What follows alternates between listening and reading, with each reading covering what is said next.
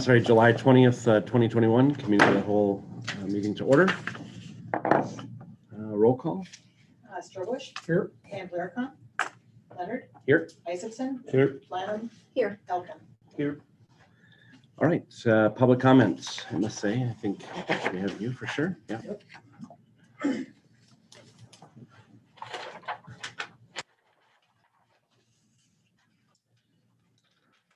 At the last council meeting, we had discussed briefly regarding parking. I had made a comment that DOT was working on revising the parking plans in the downtown area. Just a few changes here and there, like you used to have hydrants mid-block, and now the hydrants got moved, and so those can now be parking spaces, things like that, minor adjustments. And so what you have in front of you is kind of what we agreed on, would be to look at the parking stalls and what was existing, what was proposed, and kind of the net change broken down by block and intersection. So the blue words that you have there that kind of say existing, proposed, and then net change, those are what's happening on Keller Avenue. The other places, like on the intersections that either say loss of one spot or loss of 0 spots, those are what's happening on the side roads at the intersection there. And so those are broken out by both regular parking stalls and ADA parking stalls. And so you can kind of see what's happening in each space. So just to run through this kind of quick for those folks who don't have this in front of them, I'll concentrate mostly on the 100 and 200 blocks, since those have been points of contention thus far. The west side of the 100 block, the existing was 12 regular and 2 ADA stalls, proposed as 10 regular and 1 ADA stall. So that's a net change of losing 2 spots there, as well as 1 ADA stall. On the east side of the 100 block, it used to be 12 regular, 1 ADA. Proposed is now, same as the other side, 10 plus 1. So that's a net change of 2 regular stalls and 0 ADA stalls. On the 200 block west side, there is an existing 11 stalls plus 0 ADA stalls. The proposed is 10 stalls plus 1 ADA stall.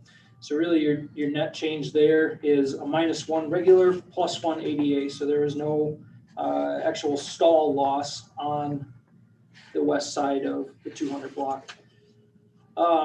East side of the 200 block was 11 existing plus 2 ADA. The proposed is 10 regular plus 1 ADA stall, which results in a net change of -1 regular and -1 ADA. The Birch Street intersection in particular, it will lose 1 spot in that'd be the northwest corner, and 1 spot in the southeast corner. There used to be no parking marked quite a ways back on would be the north side of Birch Street.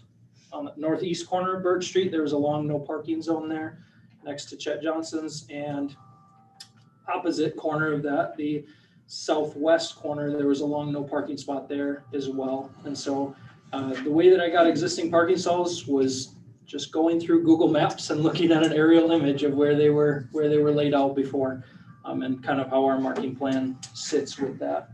So this is the latest DOT rendition of that. I would not say, I think this is mostly final, but DOT may still do a few tweaks to this, as this is their marking plan prepared in conjunction with the city.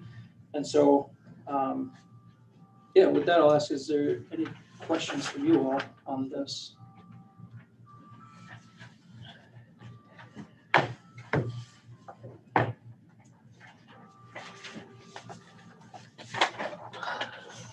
Any questions?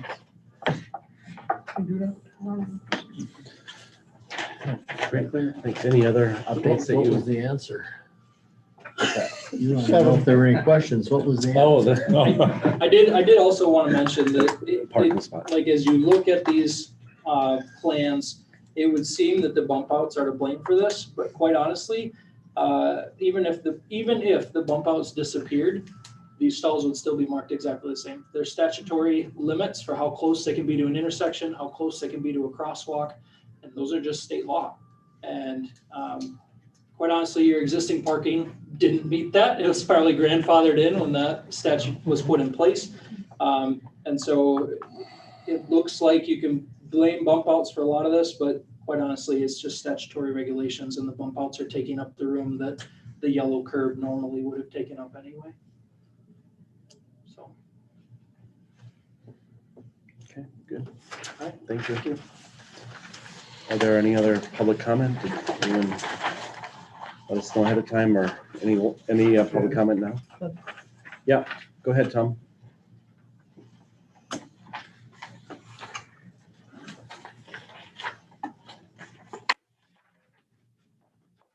Thank you. My name is Tom Olson, long-term resident of Amory. And first want to congratulate the mayor on being able to be here and looking like he's in better health. And I want to thank the council for an opportunity to make public comments tonight. Thank you, Eric, for your assurances that these are the parking changes that are being proposed are indeed statutory, and that that's somewhat contrary to the information that I had been receiving from my contacts with the DOT. I was under the understanding that there was some possibility of changes to retain more of those eliminated parking spots than what you are indicating, and I'm disappointed over that. I wish it weren't so. My theory is that until such time that the concrete for the curb and gutters are being poured, that there's still some opportunity for changes to those much needed parking stalls. As a little bit of history, it was, I'm not exactly certain of the time frame, but I'm guessing somewhere in the 20 to 30 year time frame. There was when the Standard Oil station had issues with the groundwater or the oil leaking, gas leaking out of their tanks. The city, in their wisdom, bought the Standard Oil station in the southeast corner of Maple and Keller Avenue. Southwest. Southwest corner, thank you. And turned it into a parking lot for roughly 20 parking stalls. And just a couple weeks ago, somebody at the city determined that, or my interpretation was that somebody determined that parking in downtown Amory is a potential issue that needed to be looked at and considered.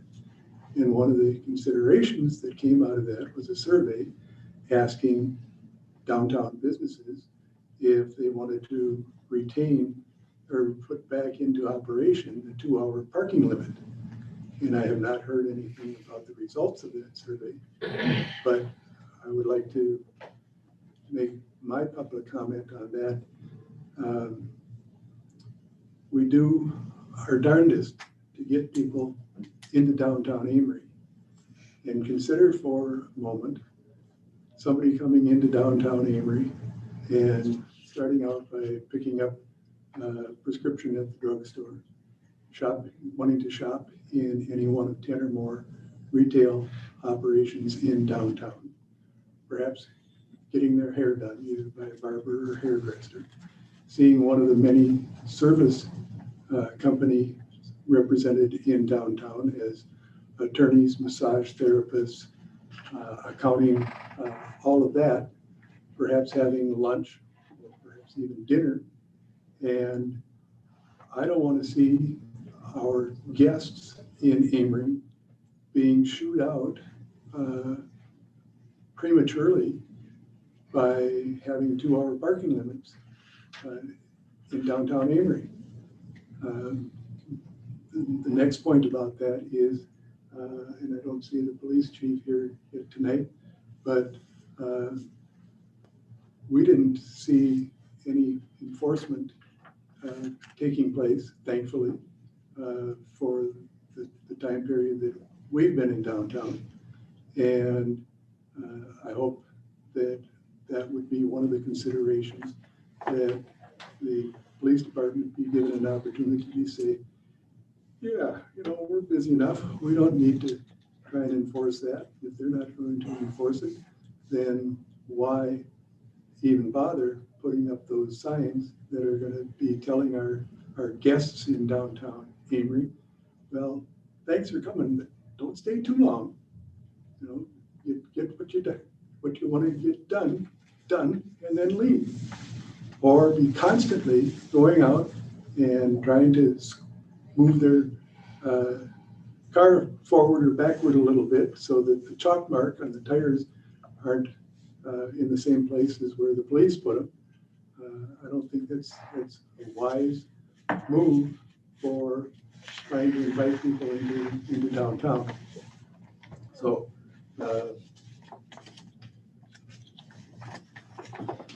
that's my comments on the parking.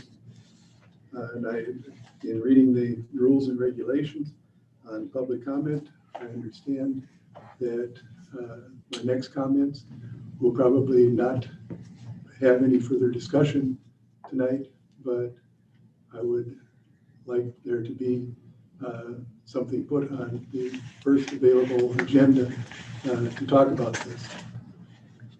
I have been at issue since this project started with the signage at particularly Four Corners roundabout, as well as the Four Corners on Highway 8. The first reason that I was ever given was that, well, we can't put up a truck detour sign because that will give the truckers some indication that they really can come to Amory via the shortest distance possible. So we're just gonna put up a sign that says detour. And if the people in cars don't want to take the detour, they can come to Amory. But if anybody's been down there and taken a look closely, that's what is happening at that intersection. There are no less than 6 signs on the entrance and northbound exit that at one time had the word Amory written on them. All 6 of those, well, the possibility that one that is still pointing with an arrow to going to Amory via the 6364 detour, which adds a net of about 23 miles to passenger vehicles that absolutely do not need to go that distance, and have made a parade in our store complaining about the poor signage there. And I have gone so far as to get permission from the mayor to make my own sign. And the city, I believe that the city was involved in the installation of those, and thank you very much for doing that. But there's still at least 5 signs that used to point somehow to Amory that are covered up. There's just a black piece of something covering them up, and I have no clue as to why that is. And I'm suggesting that there be a committee of interested parties and city council people, if they want, to address the poor signage at both roundabout intersections coming into Amory. Also in regards to the detour, if there is a truck that needs to come to Amory for business purposes, what are we gaining by sending that truck almost to Forest, up to Turtle Lake, back over to Highway 8, and then down 46? If they're doing business in downtown, they've just put on 23 additional unnecessary miles and expense of driving that way to possibly gain as much as a half mile at the very worst condition, one less mile of truck traffic on our city streets. So from my perspective, I see no real net gain in benefit from sending trucks all the way to Turtle Lake and back on 8 to get into town. If there is an issue, if there has been an issue that is a violation on the part of trucks coming into Amory without having a necessity to make a delivery here, I would think that a ticket or two to these people would help them get the word out that unnecessary traffic to Amory is against the regulations. So again, I would ask specifically that at the next meeting of the council that you folks discuss the possibility of forming a committee that would be charged with addressing the concerns of any and all about the signage that is sending our downtown guests on a wild goose chase of 23 miles before they get to where they want to be. Okay, we'll take it under advisement. Thank you very much. Any other public comments? Can Yeah, I clarify something yes. from the record of what I? Can you come up stated? to the microphone Yes. just so we can have full sound? Clarify the comment about the statutes. I misspoke on that. This is the manual on uniform traffic control design that has those specifications laid out, which is a federal document from the FHWA, Federal Highway Administration. So I misspoke earlier, said Wisconsin statutes, but it's actually from the Federal Highway Administration. Thank you. Thank you. Could I ask a question regarding that? You'll have to do it after the meeting with Eric. We'll move on with any other public comment.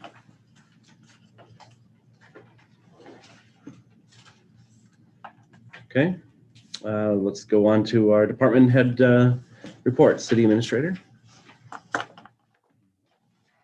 Good evening, everyone. We have received our first half coronavirus recovery payment from the state of Wisconsin in the amount of $147,163.99 a few weeks ago. Leadership training through WITC ended on June 30th for all department heads. It was a very good training, and I may utilize WITC in the future for other training for the staff. Very good training.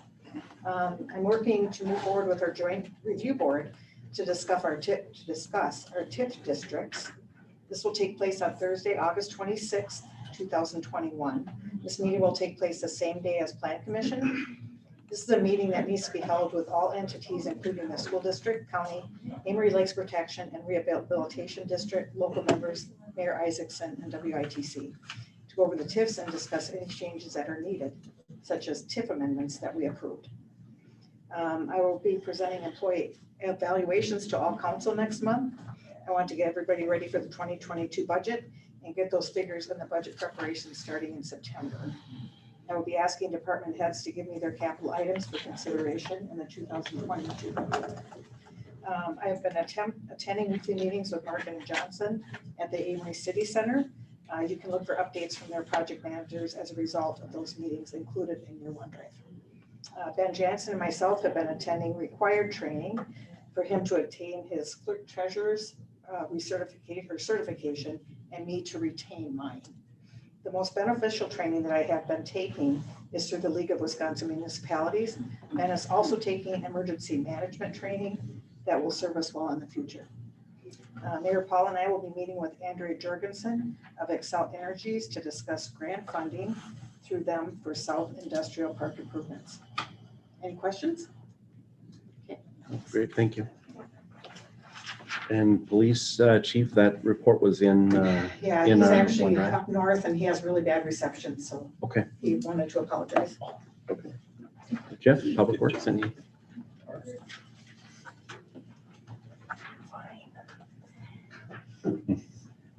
Well, good evening, everyone. Well, again, this month, most of our time was spent on Main Street, working on the Keller Avenue project and getting that going. We installed the new culvert on Baker Street, so we won't have the big hump in the road anymore. Very nice, thank you. No losing fillings. Yeah, everybody doesn't like that. Summer help's been running around staining, as I'm sure you've noticed. We got fishing piers done, all the stuff at the Bobber Park, looking really good. Our sweeper broke down again, so that's why we haven't been out sweeping. Got that repaired. That's just getting old. It's 2010, so we'll deal with that at budget time. Got the walk, the 5K trail extended through the cemetery. Little minor repairs there, but nothing major. Sewer plant, having issues there. Everything's, 1995. So we gotta put a new computer board in there. They don't make parts for what's there for the rotomat downstairs that does the main screening. So in that, I would ask everyone, plant is having a lot of trouble with wipes again. So even if it says flushable, it's not.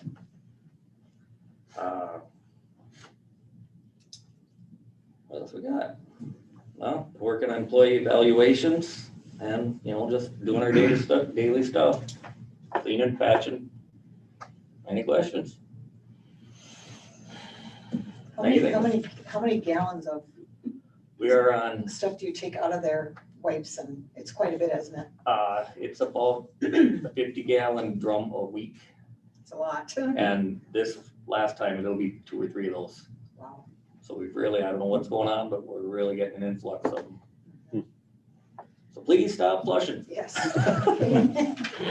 Thanks, Jeff. Sure you want that? I know. Amy? Good evening, council and members of the public. As always, the library had lots going on this month, and I'd just like to highlight a few of the things we've had going on. So the library held an author visit with Victoria Brenna on 6/24/21, and there were 15 attendees. To piggyback on what Patty said, I attended the leadership development training with the city, and I agree, it was very good training. The library hosted Stories on the Lawn on the 7th of July. There were 17 attendees. We hosted Books and Brews on the 8th of July, and there were 14 attendees. I was able to participate in the West Side, which is a radio show on Wisconsin Public Radio on the 9th of July. The library hosted Stories on the Lawn on the 14th of July, and there were 20 attendees. The library received the Africa Read grant from the African Studies program at the University of Wisconsin-Madison, and we were awarded $400 to purchase materials that highlight African literature. The library held a variety of craft programs for kids, and there were a total of 208 kids, teens, and tweens crafts distributed. And the library hosted a book, Animal Craft Kits for Adults, and there were 30 participants. And the library circulated 5,178 materials for the month of May. Great. Any questions? No. All right, thank you. Thank you all for that you all do to keep the city running our services, and so thank you for that. Next up is Dennis John, dedication of the pickleball court. I would have about that, and I know we want to do something special for him and his family. So any suggestions to what we should put on a sign? We want to put a sign up there. I'm having a temporary sign made for right now, so they Okay. have it on the 31st for Okay. the memorial. Okay, It just says Dennis John pickleball courts on it. So I got, that should be done next week. It's just one of those white signs with the black lettering, like Sure. at the end of the street, but Yep. it's temporary. Yep. But to get things rolling, I just made up, but as far as moving forward, will the family want to do it? I mean, is this something the city should be responsible for? That's kind of what I'm wondering. Okay. How do you want to move forward? I mean, Jeff could order a sign and put it on a post or something, or I don't know. what- Yeah, I know like street sign, we can do that, but I don't know if they want something fancier or what. We just need some guidance on what you want. Then I'll work for the Memorial Day, and I will see what they would like to do. Okay, But should we also have a proclamation or something that we can? yeah, that'd be good. I And you think- said it's by the 30th you're doing that? 31st. 31st, I okay. think the mayor should do a proclamation. That would be That would be very nice. nice. Yes. What would I mean, should we put a dollar amount on it that the city would be willing to put $1,000 towards this in the event that others, because I'm sure others that are down there would donate money as well to a new sign of some sort. Is that something we should start up, you think, or hold off for now, or? I think I'd hold up and I'll see what Hard to know happens. what the cost might Yeah. be. I just, because I went across that bridge today, I noticed that the Blackbrook Bridge on C is the David E. Paulson Memorial Bridge. It's a nice connotation. I mean, I don't think it has to be 3 feet by 4 feet. No. Dennis wasn't that sort of a guy. He wouldn't have, you know. And it's just like a green traffic sign is. Yeah, I don't remember if it Steel was sign. green or Yep. not, but it's posted on the, at least on the north end of the bridge that I saw today. It looked nice. I've probably driven by it before and not noticed it, but today I noticed it. Today you did. It's been there for several years. Yeah, probably. That's not my So, you know. preferred route of travel or not always, so. So I guess we can work together Yeah. there. Okay. Okay. Excuse me, can anybody hear me? Yes. Yes. Hi, I didn't want to interrupt, but I did want to report, Fire Chief Amory Fire Department. I did want to remind people that we do have National Night Out coming up on August 3rd. It's a Tuesday evening. We did this about 2 years ago and it was a good turnout. We really had a lot of fun with doing things with the community. It'll be the police department, fire department, and the local EMS joining together just to have fun with young people and parents. It runs from 5 to 8 at night. There'll be free hot dogs and a splash area that the fire department will set up, similar to what we did 2 years ago. The other thing that I did want to mention is I have some new inspectors, fire inspectors, and we've been hitting the inspections pretty hard. Just know that if you have a citation, and they aren't really citations, if one of the inspectors write anything up that you disagree with, please give me a call at the fire station and we can certainly review it with you. But everybody will be inspected within the next probably 2 months. Unfortunately, we can't spend the time to try to make appointments for every inspection, so we're kind of doing it during open business hours. That's all I have to report, but thank you for the time. Good, thank you. I didn't see the screen and saw that you were there, so sorry about that, Dale.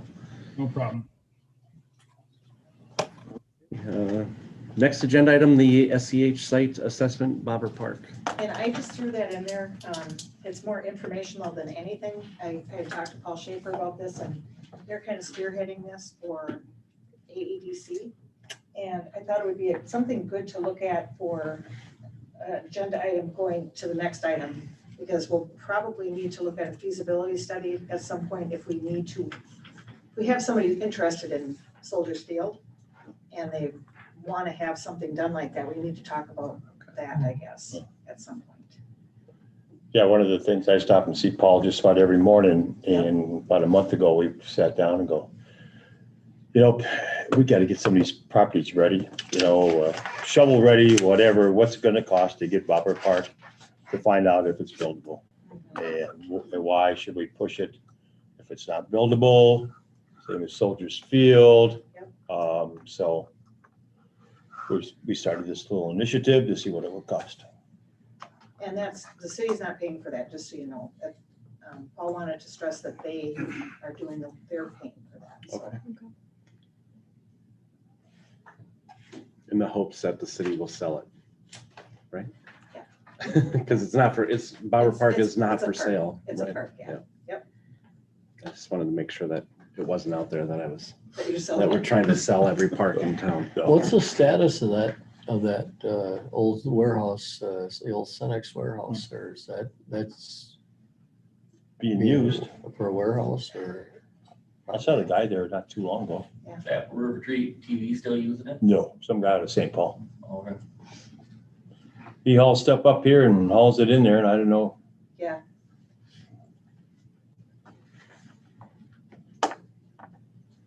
Okay, thanks for bringing that. Agenda item number 4, gifts and memorials policy. I didn't skip something today. I skipped something. There's 2 number 3s, Yeah, that's sorry. why. Sewer water, Okay. Soldiers Field, feasibility study for Soldiers Field. Yes. So that was kind of all related to that last piece, right? Yeah, I Is that- just kind of, so you could see what a site assessment looks like and So is there a recommendation that we should be thinking about doing a feasibility study for so you Soldiers got an Field? interested party. And that person was asking if one's ever been done, and to my knowledge, it has not. But Ricky you would would like know. to see if one could be done. So you For could see if it's Soldiers really Field, built there's up. never been one that, No. So, but that definitely needs some work, whether we do anything or not. I think we could call it Mahoney's Lake over there by where the entrance to the field is there, that always plumb full. Just for you, Jeff. I guess he was just kind of inquiring, is it gonna require a lot of fill or, I mean, what's it gonna take, I guess? Or what part of it is buildable. The part that is buildable, yeah. The old football field itself is Bones dug a 6-foot hole 2 summers ago, and it never filled full of water. So it was, that was his. So I saw an estimate on here from SEH of like 16,000 to do a feasibility study, but that was for Bauer Park. Do we have an idea on that one? Pardon me? Do we have an idea on Soldier Field? I haven't even started the process of having the feasibility study done, so I guess if that's something you want to move forward with this individual, it might be a good idea. But is this something that we would propose to the economic development? To see if they would pay See for if- it? Yeah, I don't know. Yeah, I don't know, Tim, what do you think? Yeah, I think AEDC would put money towards it, but I also think if this interested party is truly serious, that they should have some skin in the game too. Yep. So even if, Well, it's something that they could work out together, I think.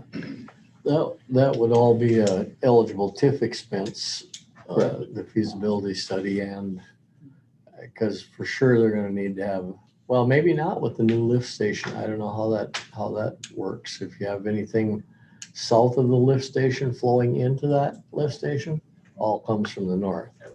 So anything that would be done there would have to be lifted up either to South Harriman sewer line. Down Harriman. Huh? Yeah, down Harriman. Down South Harriman. That's always been the kicker with that piece of ground, is that you have to have a lift station on it. That couldn't go into our new lift station? It could, I suppose, if you wanted to cross the road, but you'd have pretty much pump. Go to over the there, creek. you know, It'd be a long run. There's a lot of ifs. You'd have the same issues, I would think, when they put the old root beer stand in there. I believe there were 37-foot pilings that went underneath there to stabilize that ground. So any water or sewer would run into the same issues that we're having with the lift station. That piece of ground from, almost from Elm Street to South Street, that part of it is pretty soft. So should we forward this? I mean, they can talk lift station and pumping uphill all day long. Exactly. So should we forward this to full city council, giving the 2 weeks between now and then to have a conversation with this interested party to see if they can come to some conclusion as to they pay half, AEDC Sure. pays half or something like that? Yep, I can do that. I think it would be I would make a motion to do beneficial to that. mention that that would be The first and If second, eligible. a covered expense, yeah. all those in favor? Right? Hi. Opposed? All right, we'll forward it on to city council. Now we're on to gifts and memorials policy. And this was brought up by Eric. He asked if we had a policy for gifts and memorials, and I said we do not. So I put together a policy for that purpose. Because right now, when we get a donation, it goes right into our general fund under our donation line item. But this way, I guess it's more detailed. I mean, we actually have a policy, which we probably should put in place, especially for larger donations. I think that the consideration is to make sure that things are Yes, directed the correct way. And sometimes someone might have an idea for a donation and they just want to do that, but there might be a better way to do it and actually come up with, comprehensive plan with the city. And I think that's maybe what I was hoping we could accomplish. is it kind of what you were looking for, what I put together? Is Yeah, that- this is really good. It's a lot more detailed than I would have put together because it's, Okay. but I think it's good. I didn't have context, so I didn't read it with that in mind, so I personally would need more time to read it and digest it. In principle, it seems like the right thing to do, but as far as moving this exact policy forward, I know There's I a lot there. wouldn't be. We can take the time to Yeah. read it, I think. Certainly, Yeah. we don't have to do anything right now. No. Okay. So table it until Yeah, next committee of the whole? I think so, yeah. ATV parking for the Cattail Trailhead. Say that fast. Cattail Trail. Well, this is something I've been working on with Jeff and Mo from Polk County is, we get all these ATV people here on weekends, and there's 20 to 26 trucks and trailers parked on Ron's land, parked kittywampus across our parking lot, parked in the Recycling. farm table, parked in, so they can't get to the recycling. So I worked out a deal with Mo, and Mo has procured or we have a chunk of land there right away in county land there that if we would prep it for blacktop, it would blacktop, and they already have the blacktopping in their budget. So as soon as we would get it ready to pull the black dirt off the top, put down 6 inches of crushed concrete, and they'll come in and blacktop it and stripe it this fall. So the right of way is like an extension of center. Right straight on. Yeah. It wouldn't go, it would stop short of the trail that goes across Ron's property there, but it would keep people from parking there. I think it takes 10 to 12 trailers, and if we could move the recycle bins, I see that's coming up, then there's even more spots there. So I kind of left it up to Jeff to Yeah, see. but Ben from the county is gonna swing by and he wants to talk to me, and then we'll get going on it. Okay. It's a labor for us, labor and a little machine work. We have the material. And we have the material, so. I think one important aspect to that is having an exit, because otherwise people will, if they'll be driving around the bathroom there on the grass if there's not a road that exists. That's why it's gonna be signed and marked and with a pull through. In fact, we should see that line drawing before we start. Okay. So more to come on that, I guess, huh? We need a Look, you motion to need a do that. decision to do it. Yeah. I think we should. All right. I'd move that we put that on the full council agenda for this month. I'll second it. Okay. All in favor? Aye. Opposed? Okay, we'll move it to the next council meeting. Number 6, 5K trail near cemetery. Sounds like it's done. Yeah, It's done. Is it just a? done, it's in. Gotta get some signage on it. Yep, That's kind of the next step. I have stencils made this week. City's crew is gonna mark the white line all the way through town with 5K in there. If need to be, we'll make up some bicycle ones so people say, well, but it's 5K, maybe we'll put a bicycle there so they can see it's a bicycle lane so they can drive on it, you know, if there's no bicycles available. But and then we're gonna also mark the 2-mile route here coming up in the next month also. So that'll be done. What It's are nice that you residents, said oh, sorry, what are residents supposed to do for parking on those areas where it's marked? They can park right on it. It's gonna be like an event unit, like for Okay, fall so it's festival. not like it's supposed to be No. left vacant on a regular basis? No. Okay. As Because there's long as lots you- of parking on it. right As now. long as you're like that with Mo these days, have you broke it to him that maybe we should think about paving that area of the Cattail down to? We've been working on it. I'm kind of waiting for the Safe Route to School program. Have you heard anything about that, Ben? Not paid yet. Because we should be able to get money from that program to pave across there and put sidewalks in on Hillcrest. So Nice. I would assume that's the way, this kind of is planned out that way. Cool. I've used that trail probably 10 times now so far. It's nice to connect into. The one through the cemetery? Yeah, yeah. We used to go through there before it was even a trail, but probably trespassing, I guess, or something. That's okay. All right, number 7, Polk County dumpster placement. Anybody got any ideas? How about putting them out at the city shop? No worries. No, thank you. We have equipment and stuff out there. We don't need the extra traffic. I did talk None to, of that land to the north of the shop buildings ours?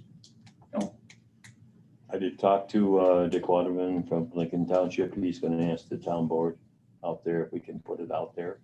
Because they don't have a spot for their recycling. They send all their recycling to Alden, Blackbrook, Amory there, so we can share that spot. So In the gravel pit? in a gravel pit. Easy access to get there. It's right on the way to the garbage, and Saturday morning you can go up there and drop off your garbage and drop off your recycling.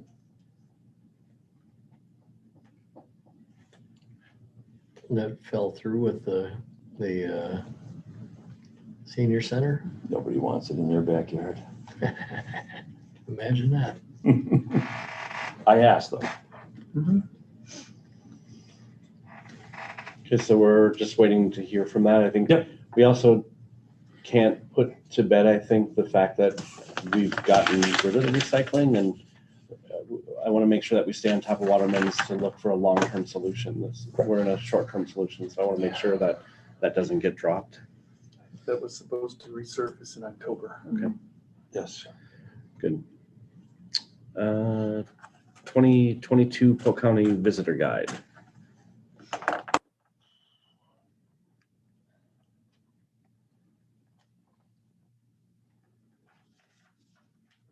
It's on page 24 of the packet. So they're asking for $1,990, I think it is. But if you act now, you'll save 5%. And we But have. there's more. And we have for the last quite a few years done this, so. And it seems like the same price that we paid in Yeah. past, isn't that? Yeah. So is there somebody want a motion? Motion to move forward with the 2022 Polk County Visitor Guide for $1,990. I'll second that. All in favor? I Opposed? Okay, we'll forward it on to council. Number 8, library furniture, shelving, security technology.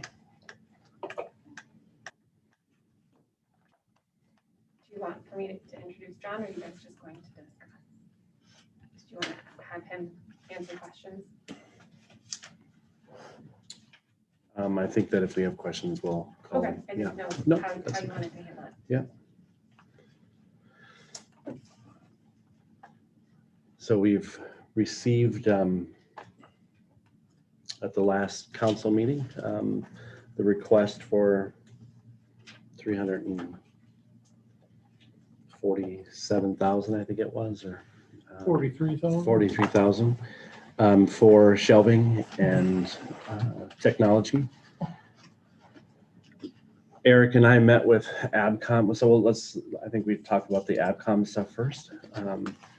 Eric and I met with them and better understood what their proposal was, I think. Eric, you can jump into and add to this.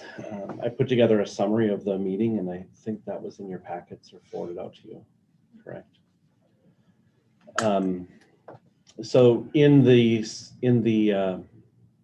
well, I guess that's talking about cities, so let's say within the library. I think that summary better broke it down in what the differences were between infrastructure or cabling, security, and audio and video for conference rooms and those types of things. So we'll start with that, I guess. What questions were there? Did Eric and I do a fine enough job, or? I'll speak to the library portion of it. There's some concern with the meeting room, the grand meeting room as far as audiovisual and the expense goes there. It was proposed to have split that cost in half between the city and the library. The question with that and the concern from the library's perspective is, excuse me, that a lot of the equipment that's going to be in there is not going to be used by the library because it will be closed off on a regular basis. 100% agree. Yeah, so I just want to make sure that there's an accommodation made for that, and not being involved in those meetings, I don't know what was or was not, but there's a concern about making sure that they're not responsible for that unless we're going to make it open to the public, but they want zero. They don't want that. Right. The biggest cost is coming from the cabling. The cabling and the 13 microphones and the double cameras, and that's where most of the cost is coming from. So I personally, I feel like that should be on the city's budget for that whole room and not split it. It's a personal feeling, again, because what's usable by the library and by the public is really 2 monitors. In that original plan, there was an 85-inch screen, and that was for right back here. Well, in the new space, the dais is going to be higher, so we're going to be covering it up. So it's not usable. So that we did ask them to take that out of the plan, and then have the 2 side monitors there. So how many did we get down to? Monitors. Well, I have to pull, I don't have that exact number. We pulled one out of the big number, or out of the big room, the 85-inch, and then we pulled one out of the city hall, and we pulled a patron viewing monitor out. So basically what that is, think Walmart, you walk in and you see yourself on camera. There were 2 of those. We've pulled those as well. And the monitors are not monitors for security. They're monitors for use by the public or for meetings. So the monitors are not tied to the security system at all. The monitors are there for meetings and displaying content electronically. So that still gets us down to what, 18 from 23? Is that right?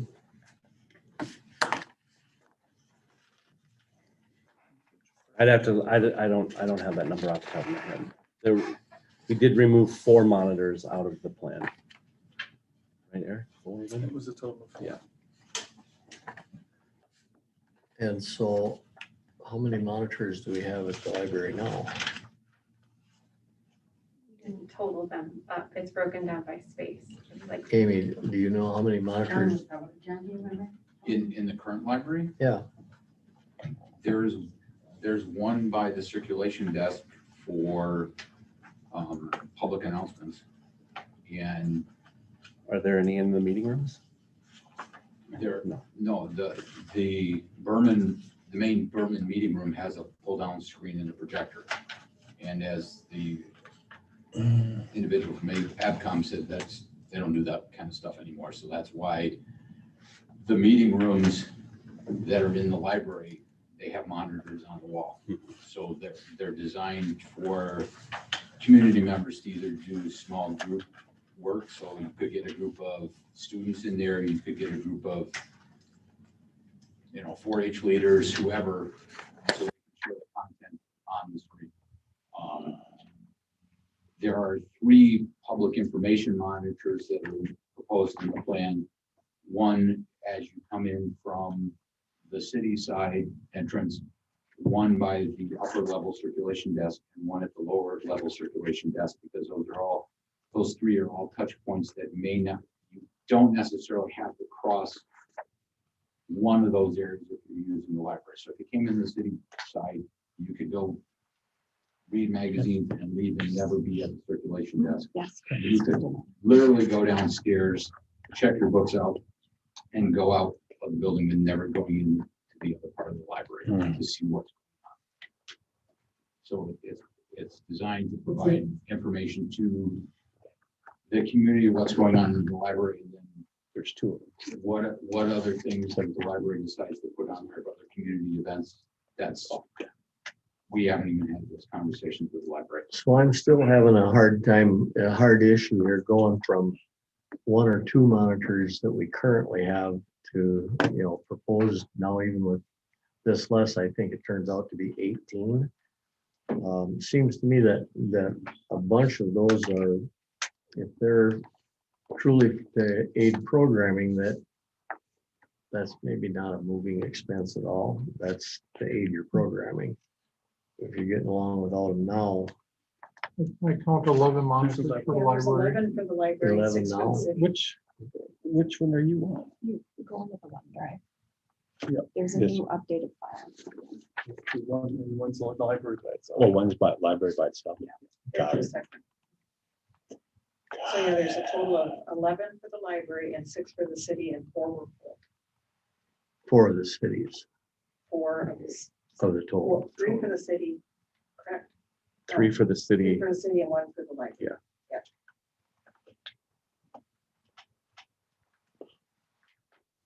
But the total is 17. Okay. But arguably, those are additions to your programming, not necessarily security issues and not necessarily related to as a moving expense. Correct? it's to outfit the new space. Huh? It's to outfit the new space and have multi-level. There's some that are, as John stated, the touch point as far as programming and advertisement in the new space. Right, but what Rick's saying is this is in addition to programming. What I'm saying, is that we're spending a bunch of money on programming and it should be identified as programming because it's not a security issue.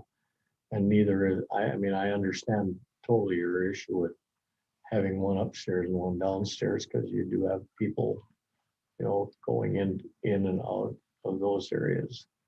But the ones that go in the rooms, your little meeting rooms are not.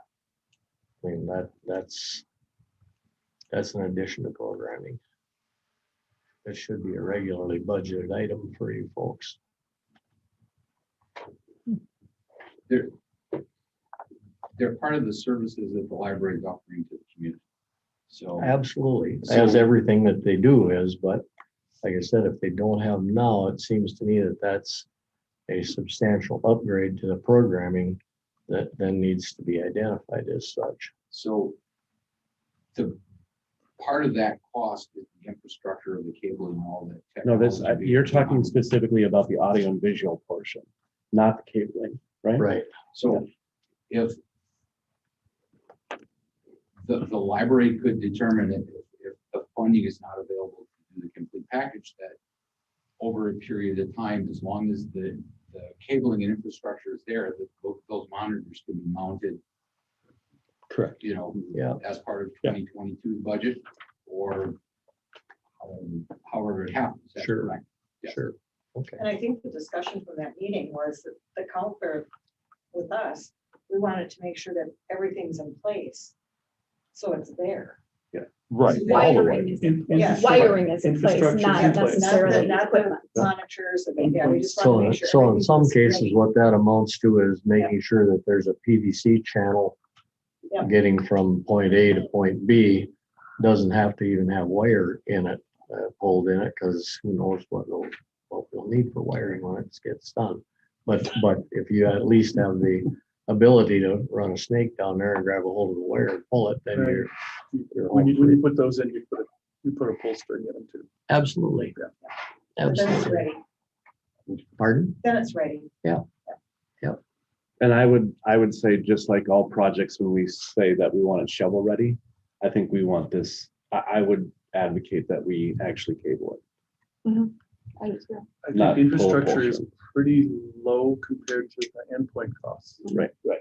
But you do run the risk of not having the right stuff, but I think if it's all you're running Cat6 for everything, it's gonna If be. you run, yeah, fine. Cat6 and a RG6, that's basic wiring. Yeah, I think, and a big enough wire waste with a Yeah. pull string in it to pull the one that you Right. forgot. Right.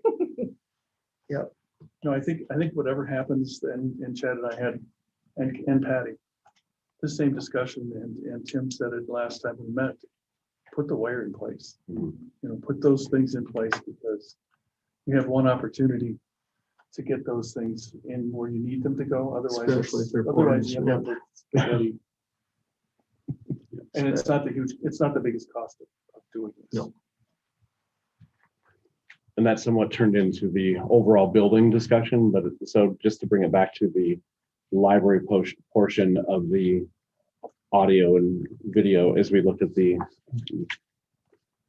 breakdown or the summary, right? So we've got the audio video, we've got 4 locations there. And Rick, what I think I heard you say is that the 22,608 is really about additional programming, Yeah. because that does not exist today. Right.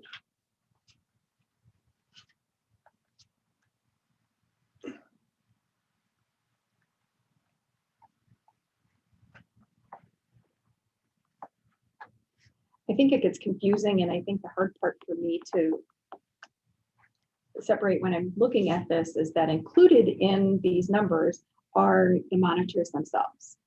So So what's included in that audio video is no cabling. That is the monitor and the system to connect your devices to that monitor. okay, so these numbers right here are the cabling. This happens to be the library one. So this 22,608 you're referring to? That is just the audio and video as it relates to the library Cabling No. or equipment? equipment. Yeah, we're cabling is all under us, under the city. Okay, Okay, got it. got All it. right. Okay, There, all right. Yeah. Got that straight. Mhm. Yep. all right. Yeah, so that is, And so the rest of the this is electronics. also Yes, and it's also not, electronics. Equipment. no, can you turn it so I can see Sorry. exactly? So the city hall meeting room, that's the split that we just talked about, that Mhm. that would be split. Mhm. Which I don't agree that we should split it, as we talked about before. And the panic buttons is part of the security surveillance, right? So that is Yeah. rolled into that 12,000, whatever. So it's part of the security package. And in Surveillance here, panic I mean, buttons. right, yeah, and the other part is not just monitors, because it has to do with the other equipment needed to do screencasting and things like that are part of the monitor experience, being able to use them as interactive. Mhm. So there's electronics that go with the electronics that are part of that Oh, package. yeah. So for $1,887, how many panic buttons is that? It's 7, I think. Right. I thought it was 9. I don't remember. And are we really gonna squabble over $1,800? I mean, yes, we should look at every penny, but it's $1,800. Just ask a question. Yeah. I know I touch people's nerves when I ask questions, but it's okay. Well, and I didn't mean to come across it. Considering we have no panic buttons now, it would seem to be a fair amount of overkill, but, at least next to the door, the entrance doors, I think that's worthwhile. I'm not. I think that, and John, you can chime in, but I think that what it was is those are mostly set in staff spaces. Not what in, spaces? not in I'm public, sorry. in staff spaces, so that they're not accessible, because my question was, how many times you can have kids pushing the panic buttons? But if they're not really intended to be public panic buttons. They're in like restricted areas where somebody might be alone, where some of those hallways that there's nobody there. It's not a great cost. It sounds like a lot, but this is also a different building with more hidden, nooks and crannies and places like that. So yeah, we kind of talked it over and said for that dollar amount, it's an analog. What did you talk about as far as the plan that I saw said they were gonna send those to the police department? I think we talked about that one enough that we said that, and I think when the chief was at the meeting, we decided that it was a lot smarter to send that to a service instead, and that would dispatch as needed to the police department, rather than, okay, the police department at 10 o'clock at night, so nobody's gonna be there. So at least it would be consistent, instead of, the talk was about rolling it over after a certain amount of, at a certain time of night to a service, and it just gets too complicated. So do it that way all the time, which I think it's routed through the county. Probably. So what about going with more of a wearable panic button? Because you know it's gonna happen. They're gonna be cleaning and whoop, so I just see a high number of. The challenge with wearable is. Because we did talk about. Yeah, we did. The challenge with wearable is they go home. And then you need a spare. And then somebody has one that they had and I had it, but I don't remember where it is. And if you needed 10 wearables, you're gonna have to get 20. So an analog push button is the simplest thing you can probably do for, and if it provides for a sense of well-being and safety, and it's $1,800.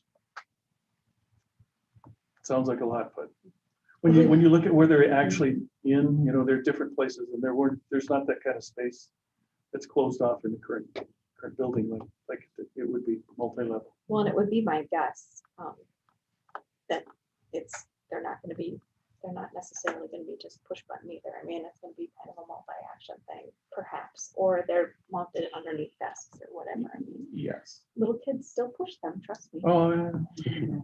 That's this button. Big kids. But it's really sad when we get to the point in our life where we have to have panic buttons. Yeah, it is. And I know that the other thing we talked about is if they're too accessible and they're too easily pushed, typically what we pay as a business is first call's free. And then there's an ascending scale to the point of we don't answer the calls anymore. As Amory does. Yes. That also. So that's just the part of the learning curve with having that sort of technology to make sure that it's used appropriately, correctly, and safely. Well, I think, considering the hour, I mean, it's a minimal cost of considering the hours of operation that we're dealing with and, the staff. And then not And knowing where they are. making them feel safe and protected. Yep. So my question then is why, if we're doing that, why would we send it to an answering machine that, somebody else has to answer in Minneapolis, St. Paul, or wherever, I don't know where anybody else lives as far as those answering services, but why would we not put something in the building that goes off that says, because if one of those library things goes off, wouldn't everybody in the library like to know that it was going off? No, not Maybe not. necessarily. What? Maybe No. not. You don't think so? You wouldn't want to start a panic, the whole. Well, that's what it's called, is a panic Yeah, but button. it's- And But if and someone, but if someone term- crazy comes in with a gun and Let's has talk- it pointed now at your you're talking head, do about- you really want them to know that you just pulled a panic button? Well, I would want somebody else to know so he didn't shoot me first and then go to you. Well, the police are finding out about Ha ha.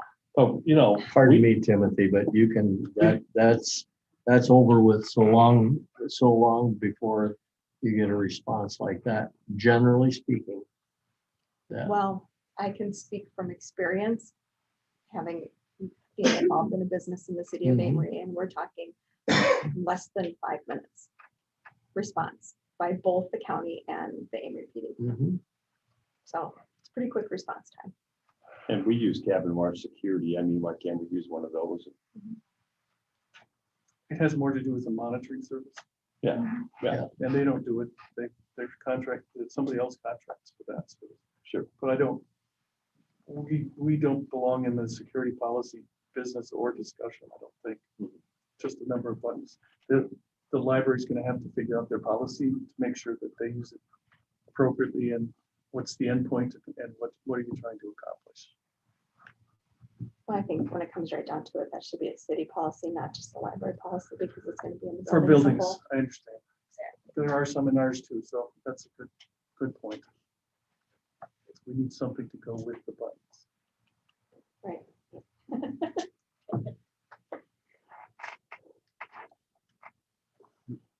So where does this bring us with all this? The buttons didn't move us anywhere forward on No. other technology discussion. Hmm.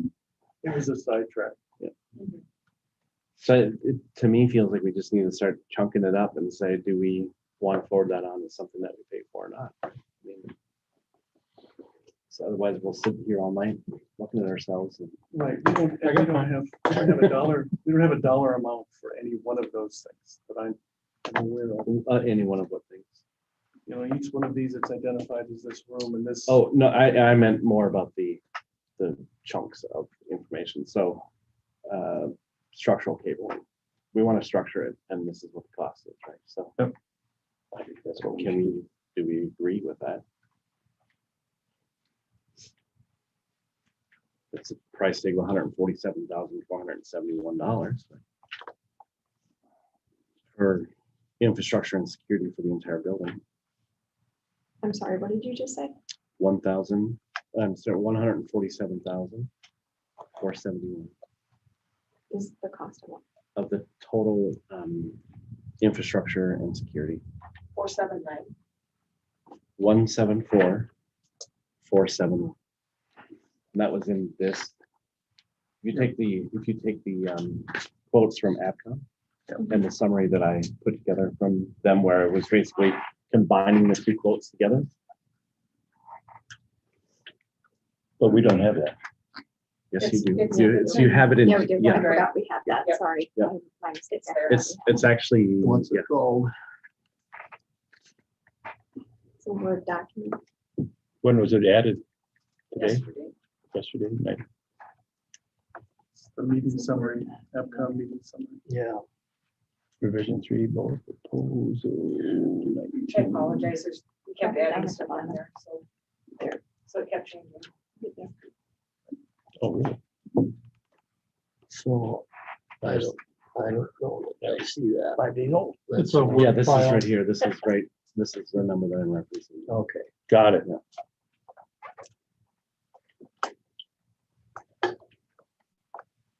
So again, what that's paying for is all the structural cabling, the access control and intrusion, and the security and surveillance for the entire building.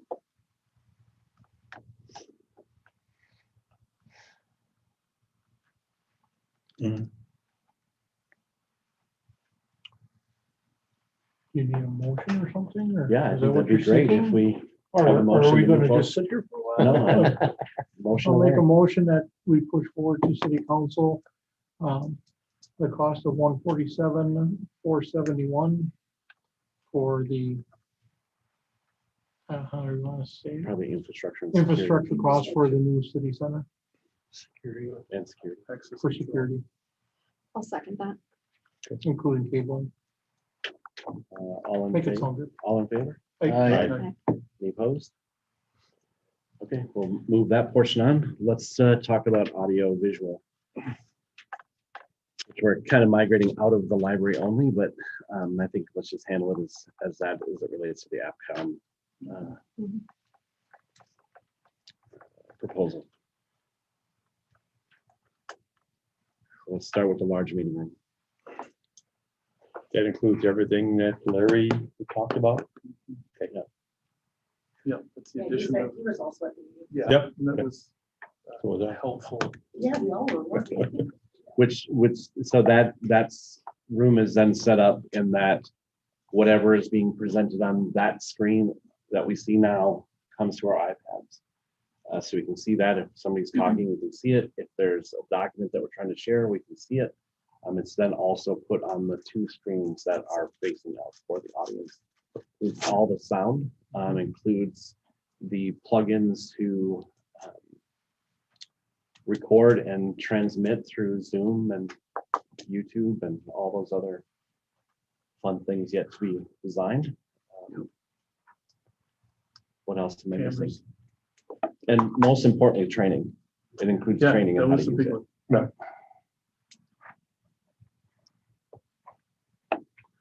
One of the comments I heard was there's a lacking of microphones.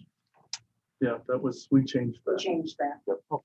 Yes. So that, so it's a microphone for every person at the dais and every person Here. four at the table.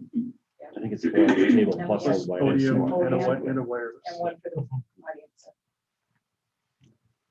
audience. Just because sound is, I mean, if we're doing Zoom, which is gonna become the standard, or Teams or, video conferencing is gonna become more of the standard than anything else. We need to have good audio, we need to have good cameras. Let's make the investment now. And it's also being used to create a permanent record. So Well, we're also fortunate enough to have Larry, thank you, Larry, give us some consulting and some ideas and help us understand what that meant during that meeting. So My other question, and because this is not my area of expertise, when it comes to like mixers, switches, routing equipment, is that big enough to handle not only today, but the next 10 years? Again, adding in the Zoom, the video conferencing and all that, is it? I believe that it was a 16-channel mixer. Is that correct, Larry?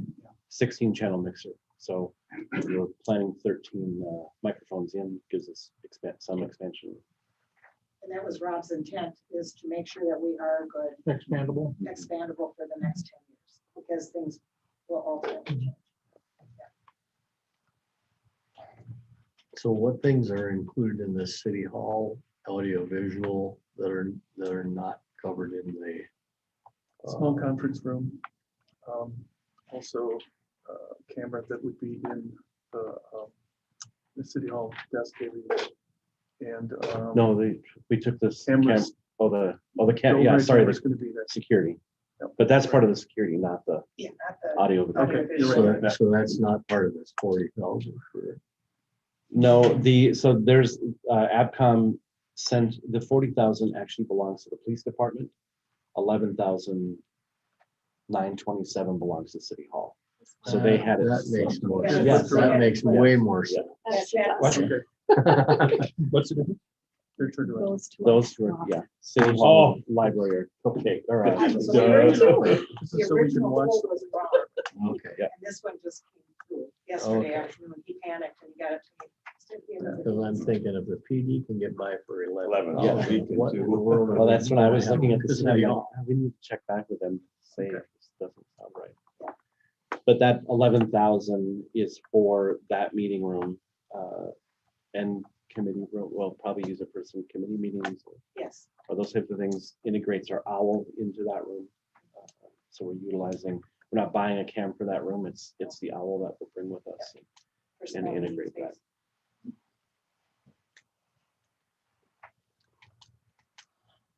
So let's maybe motion for each piece. The library, a large meeting room, I mean, are we Yeah, that's one I have written down. moving forward with that one? Do I hear a That's, motion? that's the one that you and Eric and I was there for. That's all consolidated down to, we took out everything Yeah, we we need to took get out take the out. 2-inch monitor and the, Yep. the mixer that they had Correct, proposed was not the right kind to have. Right. That's 275-inch monitors then for the sidewall. Yes. Yes. Yeah. I'll make that motion. Do I hear a second? Second. All those in favor? Aye. Any opposed? Okay, we'll move that forward. The city hall for 11,927. Again, that's for that room and getting that ready. Okay, Second. all those in favor? Right. Aye. Any opposed? Sorry, who's second? Paul. Motion, all those in favor? Aye. Any opposed? Okay, we'll move that forward to full council. Police department. I think we should have some discussions here. That's a lot of money for, and after I left the meeting with Eric and AdCom, we're essentially creating the large meeting room up in the police department. Because it has all that full same connectivity, all those other bells and whistles that are in that main room. I don't know what their intended use of that room is for the future. So that one, I feel like we need to limit that. Which room are we referring to? Bamboo all. Okay, So that they're like using it as like a, I don't even know what you would call it. I mean, it's I a think they're quad room. It's referring a, to it as like a training room or something, aren't they? Yeah. Like they'll use it for training or whatever, but it's Yeah. not. and then they have a sizable squad room right next to it. So Mhm. it seems like they could use that. The one thing that I want to bring up about that room is we're not touching that room at all, Mhm. and including not doing anything with the floors, which had an impact of increasing the cost of that room because of the equipment that was needed to make it We happen. asked specifically if we couldn't incorporate an owl type device in there, and what they said was there's no work done to, cut through the floor to put wireways in to get to the table. So there's work that would have to be done there to get it, functional. You can run wires across the floor, but it's not Well, the they best. did have AV equipment up there prior to us going. in that room. I think he said that there were no floor boxes. Okay. And that's kind of the, Because they had, mounted on Yep. the wall. And they probably had a device that they went and sat up by the. Yeah, And now then I think connected about it by it, now that I think HDMI. about it, it was Yeah. probably one of but those floor projectors. boxes are, it's hard. You gotta cut through the Mhm. cement and it's a challenge. So that was one of the negatives with trying to use. the It owl. seems to me, and I don't remember if Tom spoke to that or not, but that the main monitoring parts that the PD was concerned about were their interrogation rooms Evidence. and their small holding rooms and probably their evidence Yeah, rooms. and that's all taken care of underneath the security. However, yes, all it is. Yeah, that is not this piece here. That's all part of the security. So this So is their this- audio visual. Yeah, so I think that we need to rethink that big room, I do too. and not support it, but do support the squad room, which should be about the same cost as what the city hall's portion is. So it's about 12,000. Right, because it's the same exact room, it's just in two different locations to set it up the same. Mhm. I want to go back to the meeting room. Yeah. What was the cost on that? I'm trying to find it here. The updated cost was 57,804. And then we're talking police department. How much was there? Well, it's right now $40,326, But we can, but I would entertain a motion to have it be less than that. And I see no reason why it couldn't match what is in City Hall. Well, it seems to me that so they're gonna use it for training. I mean, that's for training issues that they do in-house. And I guess I'd like to They see. don't have it now. I was gonna say, I'd like to see a explanation of how much training we do in-house now, because I think the answer is very little. And that could happen in the squad room. Yeah, oh, absolutely, because they never take all 8 officers off the floor or out of the community and, spend a day training. I mean, we've used the meeting, their conference room, which is, well, since your office, tiny, to do training in before. But yeah, I mean, that's why when we were going through this planning, I kind of questioned why we couldn't make the squad room, merge that with that other meeting room, make it one big open space that could be multi-use, multi-function, but multi-use, multi-function was not looked well upon. Everybody had to have an individual, I guess, so, that was sarcastic. You have to tell us that sometimes. So I think we need to reevaluate the usage in the cameras and do they need a nice monitor in their training room? Yeah, absolutely. Do they need a nice camera for video conferencing of some sort? Yeah, evidently. Could they do something, a TV mounted soundboard with a camera in it? Probably. Which is the setup that's at A city. little bit City lesser, Hall. yeah. Yeah. That's what that small meeting room is about, so.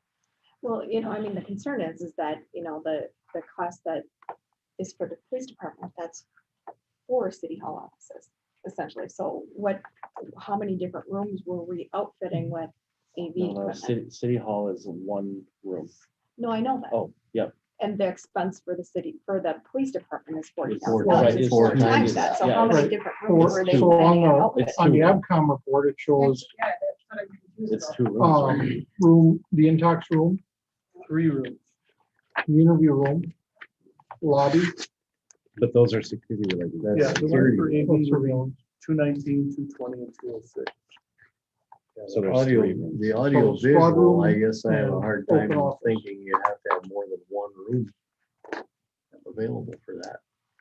I mean, like I said, unless you invite in, or unless you have multiple departments, then Well, they have conference room, so I got 3 rooms.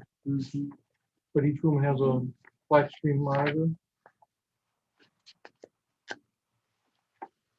Which room is it? 206. Open office. This is is open what it office, I says. think it's that open area. This is open office. Oh, that's for the, 206. isn't that when they come in? When people are at the front? I wish I had that. I don't drawing. have that drawing. Do we have that drawing? They're over here. But I don't know that it's like, Ashley, are those labeled with a number, with No. numbers at all? Okay. Yeah, that's.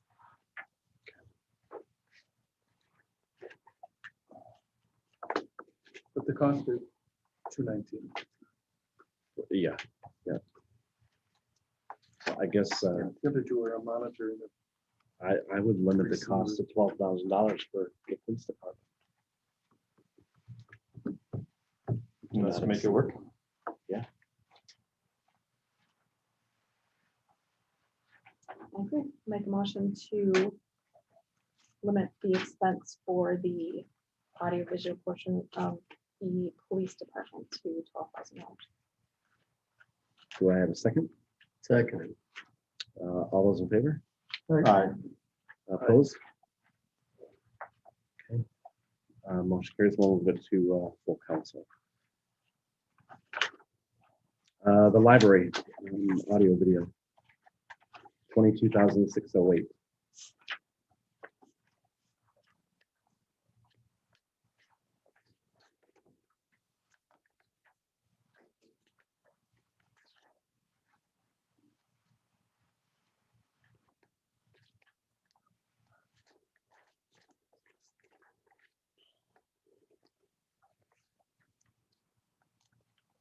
So that's 11 monitors in various places. We know of 3 of them that you referred to as the touch points, the entrances. So the others are in meeting rooms, etc.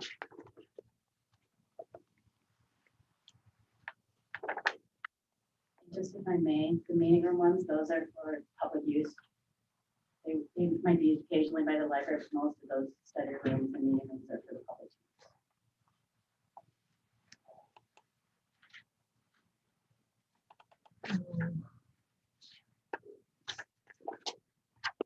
Or increased programming from what you have now. Well, but the meeting rooms, public use it for their meetings, like if an entity will come in and use the meeting rooms for their meetings. Not for. So like if there was a board meeting for a Boys and Girls Club, they might use this small meeting room in the library versus going into the large shared meeting. Because you would want 6 people in. So the library would just put them in the smaller rooms.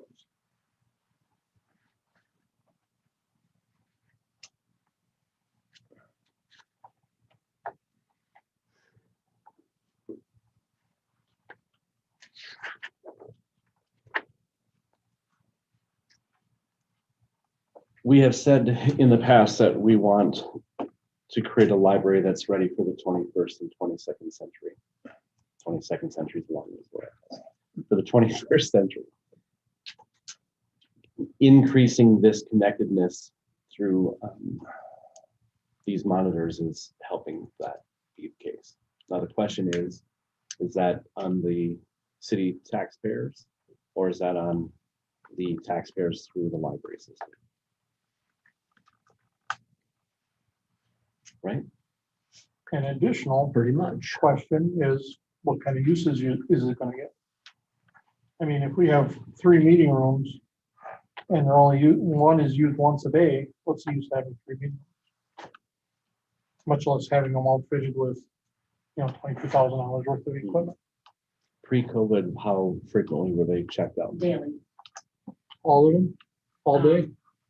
Not every day, all day, but they were frequently used. We had tutoring that happened in there. We have people that come in and use those rooms for a home business that they're doing. They're very frequently used.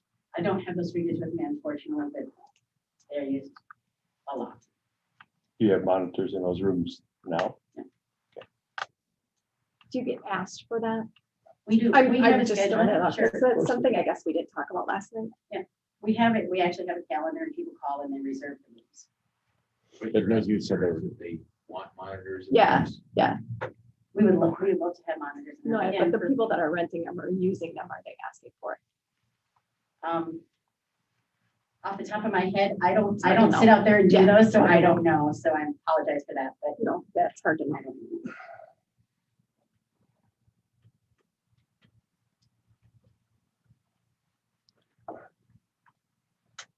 And how many meeting rooms do you have? We will have, I believe, 4. I think there's 4 in our new space. 1, 2, 3. Yeah, it looks like it'll be 4 meeting rooms. I'd be more apt to outfit one room, then she can reserve them, you need EV equipment or not. Have the other rooms wired, so that if the demand increases sometimes between now and the 22nd century, you can add it in later. We'll all be dead. I had this Buck Rogers thing going through my head, what he said. Probably quicker than that. We'll But we can always expand it later. Just to comment that on a little bit, the only thing that we do monitor when we're booking the rooms is the size of the group that's using it. So we might have a teacher and a student using a small room, and they might need that monitor on the wall to do something that they're staying with, and then we reserve the bigger rooms for bigger groups. So we kind of try to put people in the rooms that fit the size of the group that's using it. And it sounds like that's a possibility over time with expansion if it's wired. Just because I wasn't paying attention when I looked at the drawings, what size are the study rooms? I think we have 3 that are listed. It's probably on the, I got them here. They're pretty small. I mean, the one here is a desk with 2 chairs. The one over here is a table with 3 chairs. I'm actually looking for the rest of them. you probably can see them on. 108, 036. And Oh, no, they're not. So cut off. So it's 10 by 10, 10 by 12, or 11 by 12. The study room is probably roughly around 100 to 120 square feet. So 10 by 10. Yeah, they're existing rooms, so it's hard for sure. Yeah. And probably, monitors would be nice, but on the other hand, I guess, yeah, the issue for me as much as any is, we're talking $280,000 of city tax money. That amounts to $100 bill for every man, woman, child, and baby in the city of Avery. I emphasize in the city of Avery. I wouldn't mind having a library like St. Paul or Minneapolis, but we have to temper this with the idea that we are 2,800 people. And we already know that 30-some% of the population, 30-some% of the constituency of the library are from the city of Avery. So it gets to be an equity thing really fast. I'm also aware of how much Act 150 money is spent, However, I contribute to Act 150 money that you get same as every other taxpayer around the county. That money isn't a line item on the county's budget. That goes to the pool of general revenues, and then they pay out of that for back to the library system, which is a good deal. And we've encouraged for years, and I know that our representative of the county board has gone on record several times as saying, why don't you fund it to 100%, like we're authorized to. I'm not sure what the holdup is up there, but I think that would be a worthwhile endeavor to work on, is to get, so that I'm not opposed to paying my fair share. I just don't want to pay 2 or 3 people's fair share. And it seems to me like with half of that budget coming out of the city, and it's here, it's here. I'm not debating. I don't have to drive to go to the library. I can walk down to the library, but it still boils down to like $80 a year for everybody in the city for that service. So when it comes to how you do things, you reach a point where it's nice to have, but is it something that that you can afford? And that's why I don't drive a Beamer. Well, we've already approved structure. Yeah, we structure. have. Yeah. That's just I'm just gonna say that I don't know that we need to pick and choose items in here, but if we don't want to fund all of them and they can be done in the future, is that where we want to go? Right. That's what we do with the police department. So maybe we use that same number, right? It's a meeting room and we're supporting a meeting room, 12,000. Makes sense. I'd make a motion on the 12,000 number. Do I have a second? Second. All those in favor? Aye. Opposed? All right, motion carries. We'll move that forward to full city council. So we've now taken care of all of the AdCom stuff. Patty, you have all of our notes of circular conversations. We'll get another crack at it here in a little bit of time. Still have furniture. Yep, now we have moving on to shelving and furniture. And that ask was, well, let's address the shelving. I think 200,000 was the ask for shelving. Patty, did you forward on the drawings from Jody? Library shelving. Okay. So in this document here, do you have it printed, or it's in OneDrive, right? Yep. What's it called? Under Library shelving layout. Yep.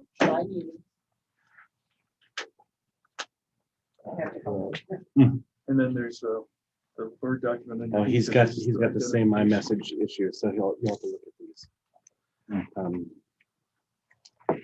The blue are the new shelving. For the, well, let's step back. Okay. You asked Jody. Yep. To take the inventory that was provided by John and the library. Yep. On what we currently have. And asked for her to propose a layout that incorporates that and then highlight anything new. Additional. Okay. And the things that they don't currently have or won't currently work are what she has highlighted here in blue. Is it opening for you? I don't know. No, Probably not. no. So you'll just have to look at this. But so it's the blue pieces.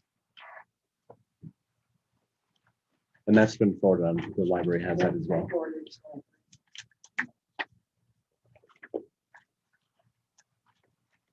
And do we have a price estimate on? What's 200,000 is what the request is. I know, but do we have the price for these new shelves? No. No. We'd have to make an assumption or an assessment of what percentage is new versus old. When Because you the add 200,000 is new shelving for throughout, the entire thing, and this is utilizing. Well, current- probably 75 to 80% of it appears to me, but I could be off on my estimate. Is new or? Is Is 80% is brought forward based upon how she laid it out in there. And she also includes the linear feet of shelving, which is 5,115 if you add it all up. And I asked, yeah.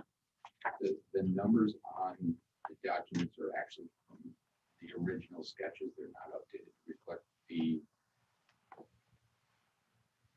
bringing the old shelving into the new space. Right. So Right. the numbers that are on the bottom there are not reflective of what's drawn on this plan.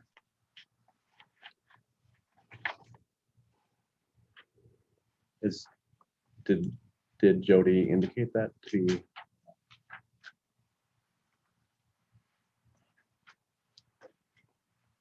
Because this layout was already provided with those exact numbers before with all brand new shelving. Those, the linear square footage or the linear footage was provided to the library in a set of drawings that they use to evaluate their spaces. Okay, so how different is this one from that? Because your request is shelving that's shorter than the current shelving. So the numbers that Jody used reflected either 66-inch shelving or 72-inch shelving. So the capacity of those are greater than the 62-inch shelving that they're bringing in. The existing shelving only has 4 shelves on it. Okay. The 66-inch new, which was quoted, has actually 5 shelves on it. So there's more capacity in the new shelving versus the stuff that would come over from the library. I didn't have an opportunity to do shelf by shelf comparison. I had a bunch of other stuff going on today. So Well, apparently what Jody put in here in blue would be new shelving. right, If it's not blue, it's old shelving. Where's the rest of the shelving? What, is there shelving not being used then? Yeah, she also indicated, which I think is in that email. There's a Word document that says shelving inventory. Yep, and then she crossed those out for the ones that wouldn't be coming. Right. Okay. They're identified by letter. You don't need to have both documents open to see it, but some of them are crossed off. Something like 78, 20, 54.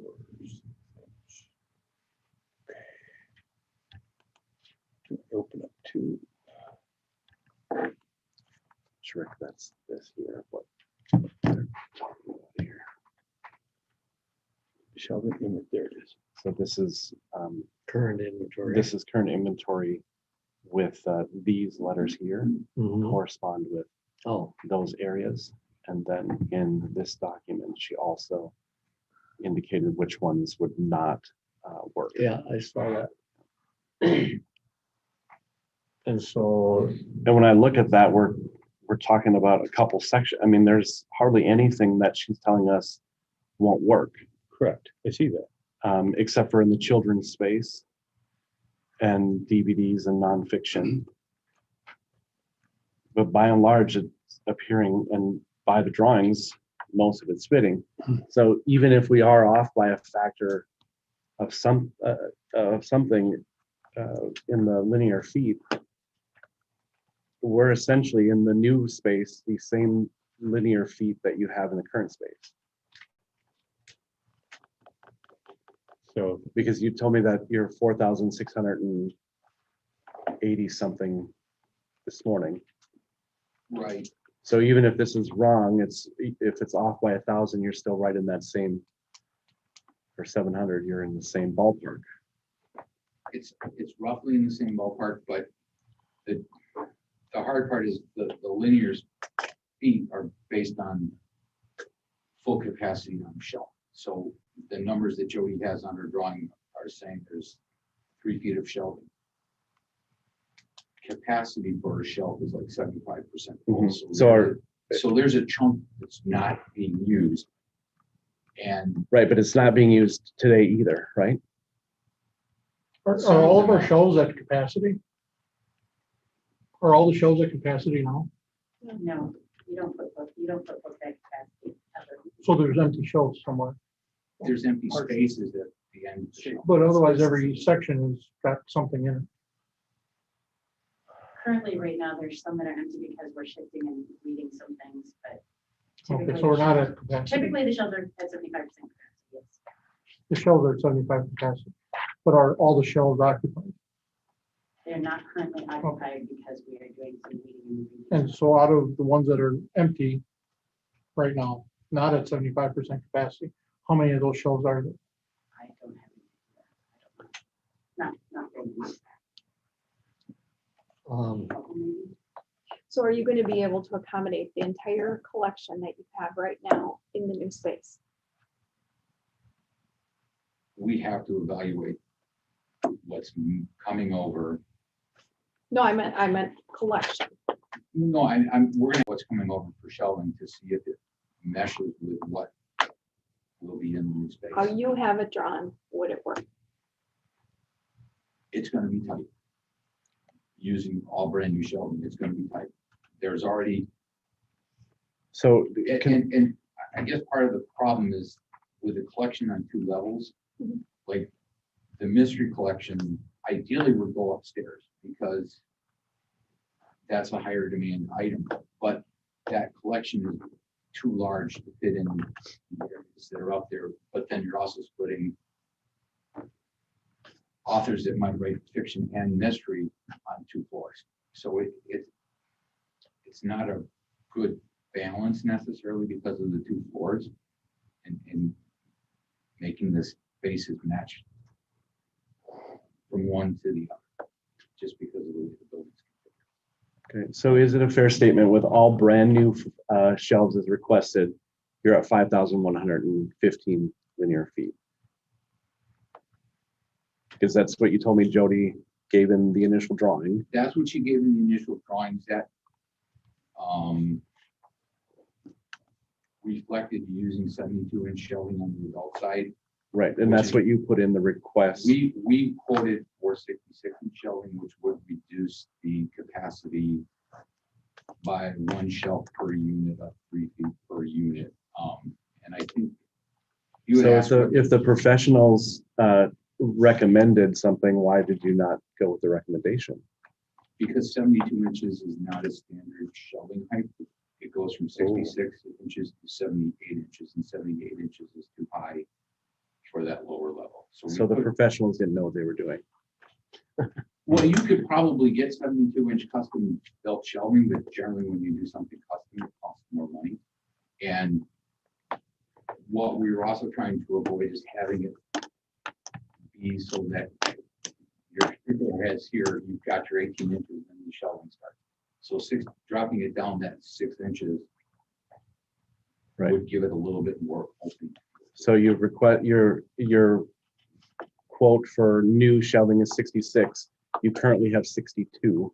Right. And 75% of your collection fits in there. And when I look at what Jody says would not be able to be moved,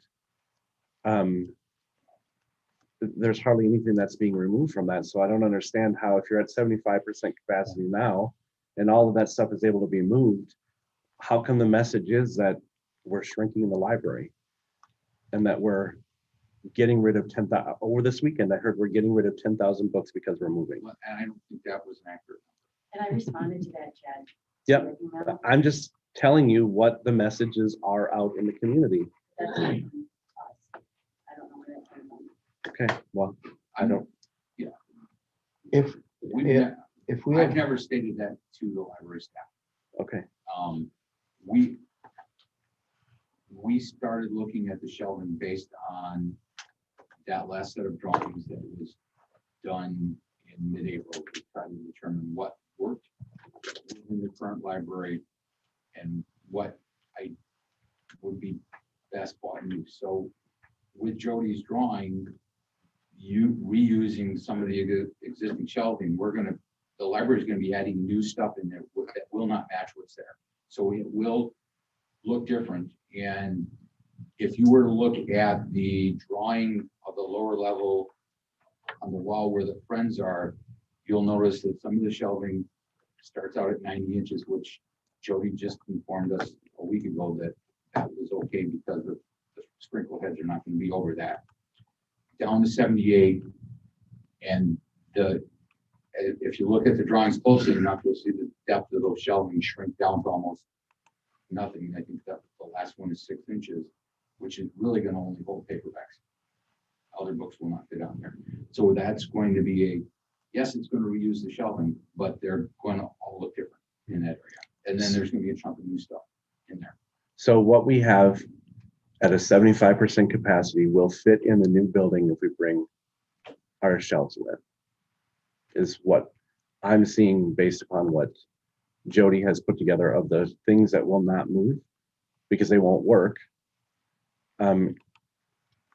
Replacing some of these new pieces.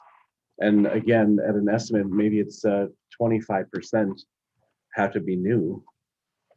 I'm just struggling to try to figure out how this all works, right? Because to Rick's point, it's all tax dollars that we're essentially potentially throwing away.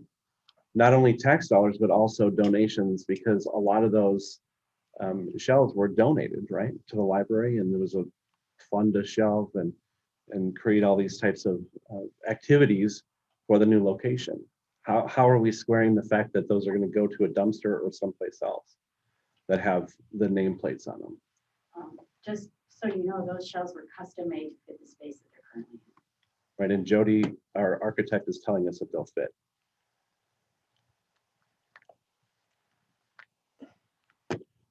We're gonna have to go down and look. They'll fit, but they're not going to have the same fit per se. So you're asking the taxpayers to pay $200,000 for shelves, so we have an aesthetically consistent library stacks, when we already have 3 different today. Right, we have 3 different styles of shelves. We're the town of vintage. Play with it. Make it vintage. The things that come down, create art out of it.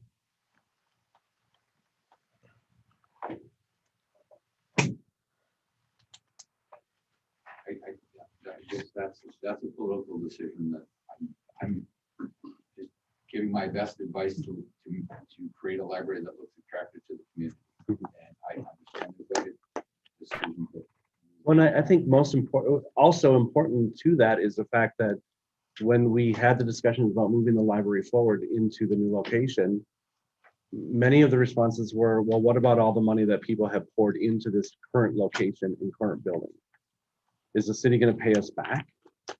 Now we're willing to throw all the bookshelves out for brand new ones for a consistent, holistic look. The donations for the plaques were not through buying the bookshelf. It was had through plaque. I shared that pamphlet with you. You were buying the plaque to give money towards that being the home of the library. Right, which and includes the to outfit that shelf. space. Yeah. But also, this is going back, but, the friends sometimes pay $255,000 to the city for that space. And we've already decided that those donations, that's under the rug. Those plaques were not buy a bookshelf, this is your bookshelf. Those plaques are given for that space and that location to have the library there. They happen to be placed on the bookshelves. Well, I guess what I'm So- having a hard time squaring the fact is that you want brand new shelves for 200,000, and you just said that the Friends donated $200,000 to that space, or 200 and some $1,000, right? So whether they bought that shelf or not, money went into that. I can't imagine we're going to throw all those bookshelves away or sell them. And if we sell them, then that should offset some of the cost to put in new ones. I think we don't even have to decide if we're buying new shelves or not. There's an ask for a dollar amount. And then it's up to us to decide what we can fund. Yeah. So I don't think we have to even talk about what color the shelves are. We don't need to, right. We don't need to talk about what shelves are replaced or not, but we need to talk about how much money we're going to. Well, I would entertain a motion then for the amount of money we would be Well, willing to. and in agreement with Eric, we have not heard a viable argument as to what capacity the shelves are going to be at, what they're currently at. If we move the old shelves, what capacity they're going to be at. I don't know if there's necessarily a calculation you can do to show that until we get everything moved over, set up, and then determine if we need more space or not. And I think that's a determination that can be made later down the road. I think the rabbit hole we don't want to go into tonight is, should we be moving the library or not? That argument's been made. It's over and done with, and is down the road. The library needs to move. And so my feeling on all this is, let's earmark a small amount of money. Once they get in there, determine, do they need more space? Do they need more capacity? What are their needs going to be? Unless there's some way that John can come up with a calculation as to what these shelves are going to be at capacity and can show quantitatively the need for more space, more shelves, whatever. I can't imagine that 100% of the collection is coming over from the library to the new library.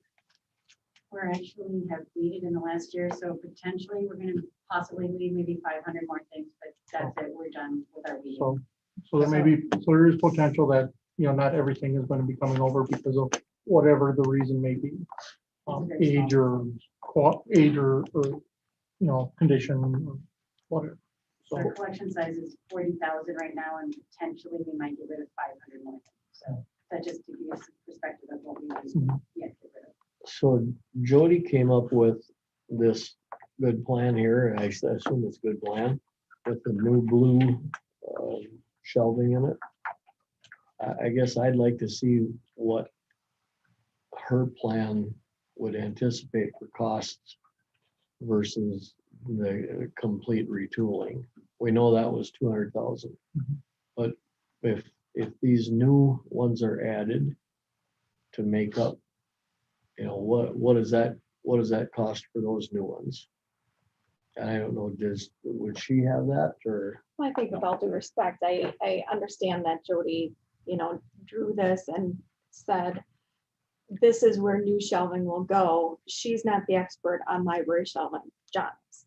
So I think we need to take his word for the fact that if what is drawn out here is what is going to need to be new shelving, what is that going to cost? Exactly. That's just what I just don't think it's Jody to say. No, He knows what they cost. You know what I'm saying? I think he's the one that needs to look at this and say what it will cost. Jody should I go think get she's just costs. creating the square footage that's being demanded. Yeah. Exactly. Yes, and that's right. So when it comes to a cost, he'd be able to put the number to it, not Jody. And I would go back to the vendor and say, this is what it's going to look like. And to kind of get to Tim's comment and Chad's, the current library has 4,675 linear feet of shelving. Jody's drawing that she originally done with the 17 shelving was around the 5,000 number. reducing it to the coded number 66-inch shelving, it brought it to 4,560 square or lineal feet. So it's slightly less than what's currently in the library. What I didn't have time was to look at what the existing lineal feet of the shelving that would be brought over and add that to the new.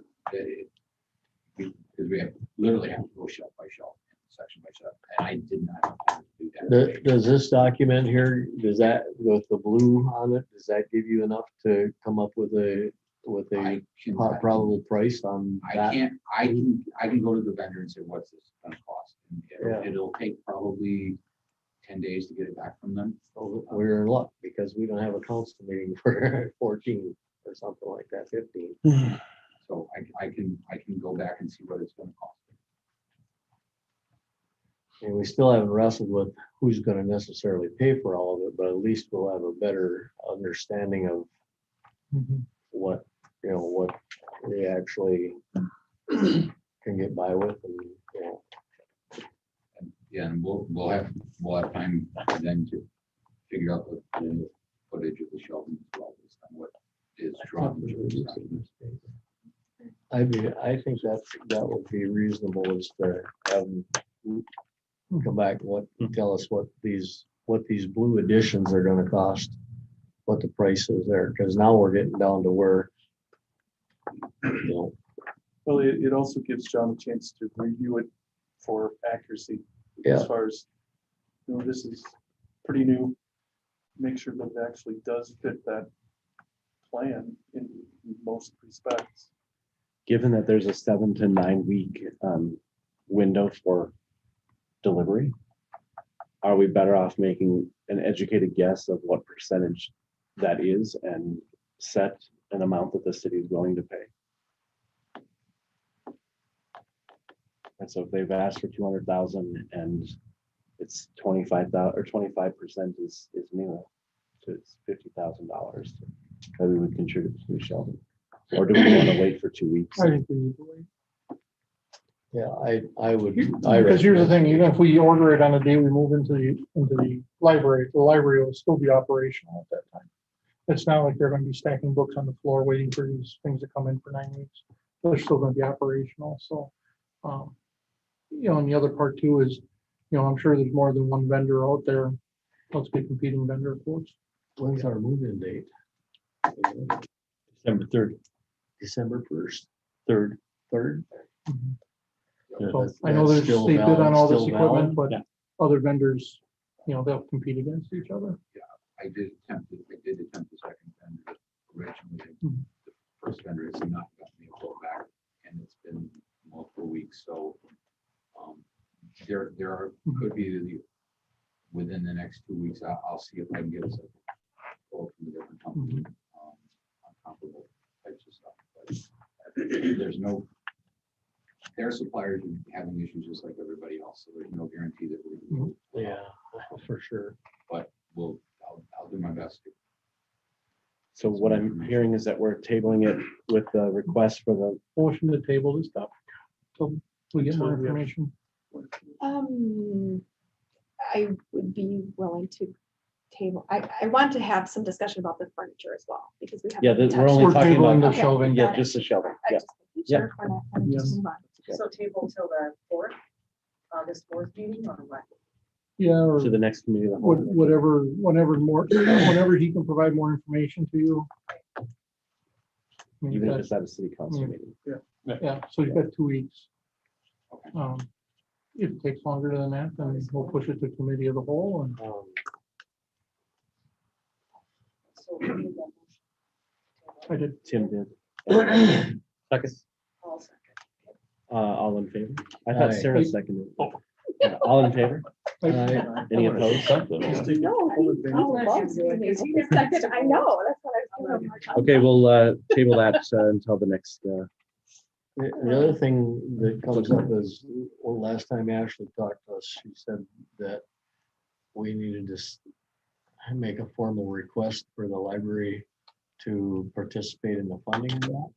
Is that, did we Yes, do there's that? a letter. The letter did go. Okay, so by that time, we'll have some answer for that also. Cool. The last piece is the furniture. And that request was 60. Let's hear something. Does anyone have it off the top of their head? It's 67,000 or something. Well, it's in our packet, I guess. Isn't it? 67,434.87. There we go.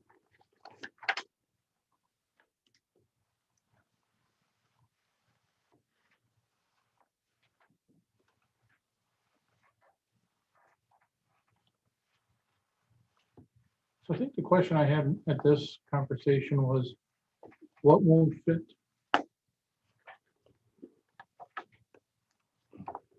I was told furniture wouldn't have to be replaced because it won't fit. What won't fit? The overstuffed chairs. There were some overstuffed lounge chairs that were like that wide that will not fit in the spaces that are drawn out. I shared with Chad and Patty a map of with a listing of the things that the library was reusing, and then the furniture that was being outfitted. Some of that is outfitting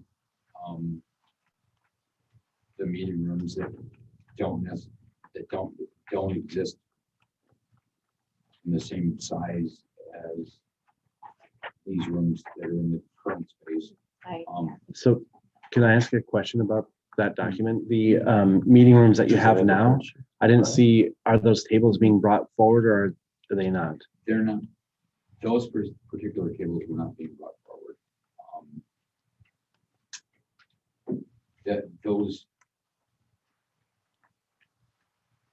Some of the tables are larger than what comfortably fits in those spaces. The two smaller meeting rooms in the library right now, the study rooms are slightly larger than some of the spaces that are being used as study rooms. So some of the, like there's spaces for the tables for the maker room, they're designed to go different heights so that the kids could use them, but also the adults, so that they're multi-functional sidewise. And those aren't being brought forward either? No. So they don't, they're just one size right now in the current library. But they've been working, right? For one of the meeting rooms. I think we're using them those, and we're using them in one of the meeting rooms. I think it's the small meeting room that's 23. So we're reusing some of the stuff that will fit. That's newer. The library has been buying some furniture on a newer basis over the years, so we've tried to incorporate as much as we could into the new space. And then also there's 2 new offices that don't exist, right? If I remember from the last meeting. Patty, wasn't there a list of proposed items to be purchased? Yeah. Can you tell me where that is? It's in OneDrive, All right, I'm there. live meetings, and I also have it under city center space.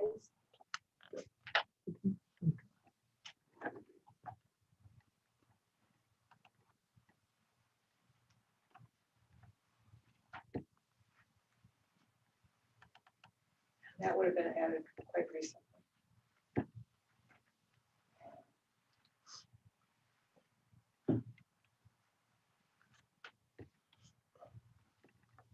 Which document would that be? Revision 3? No, that's the add-on.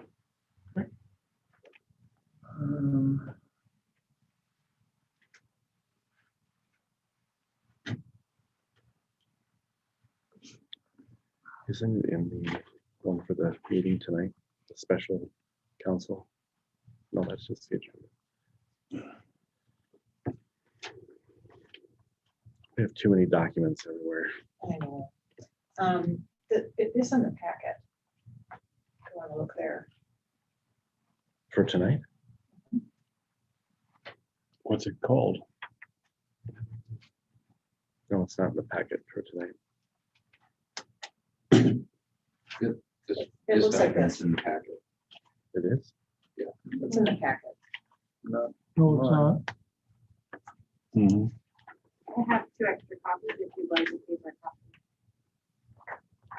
Would you like- Where do I see it? Ben, if you want to make copies. Need 4, 5, You have a double-sided one that has. single sided. Let me see.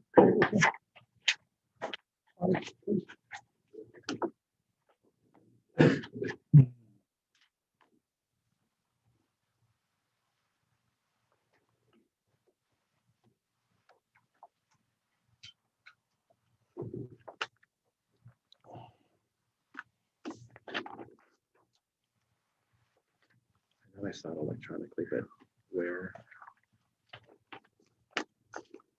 I saw the email on it and I haven't been able to find the document, so.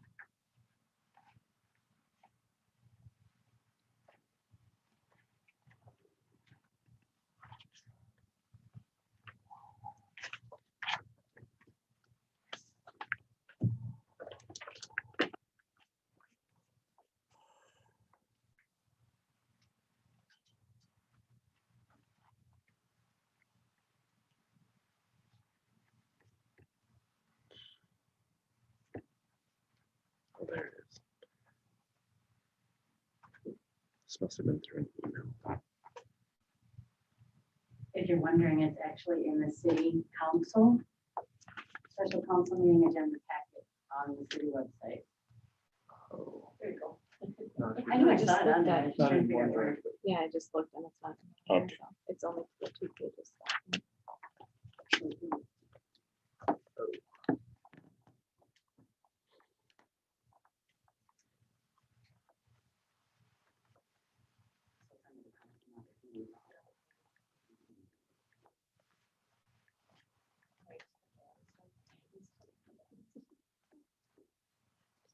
Four by 24, 22 is high.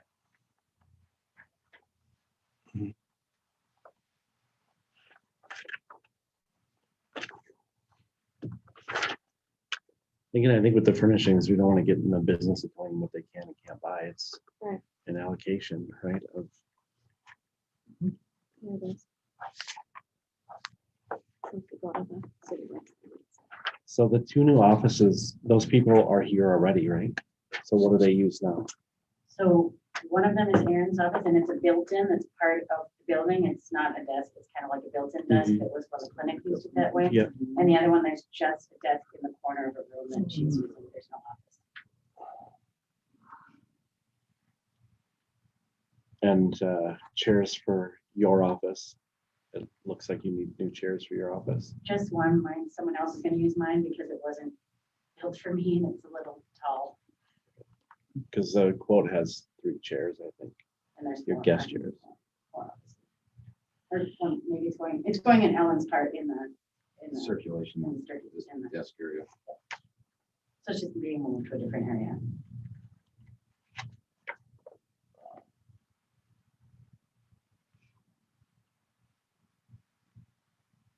And you said the maker space stuff is being repurposed someplace else. In a different meeting room.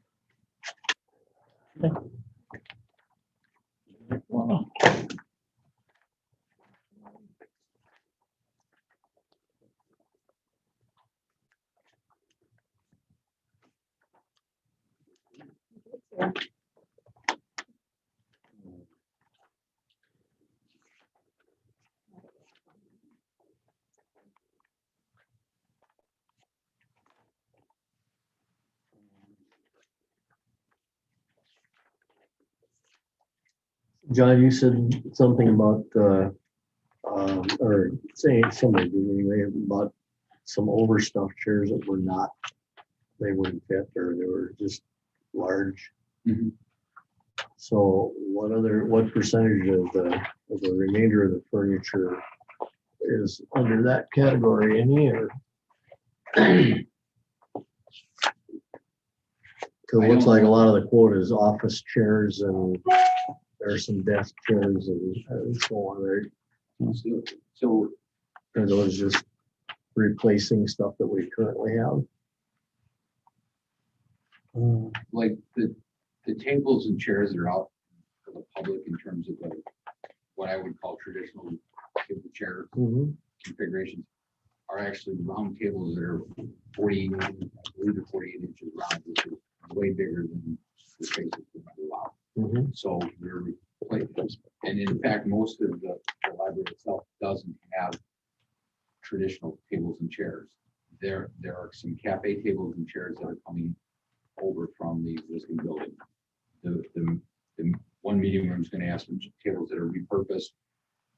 The other ones are new to fit those spaces. There's several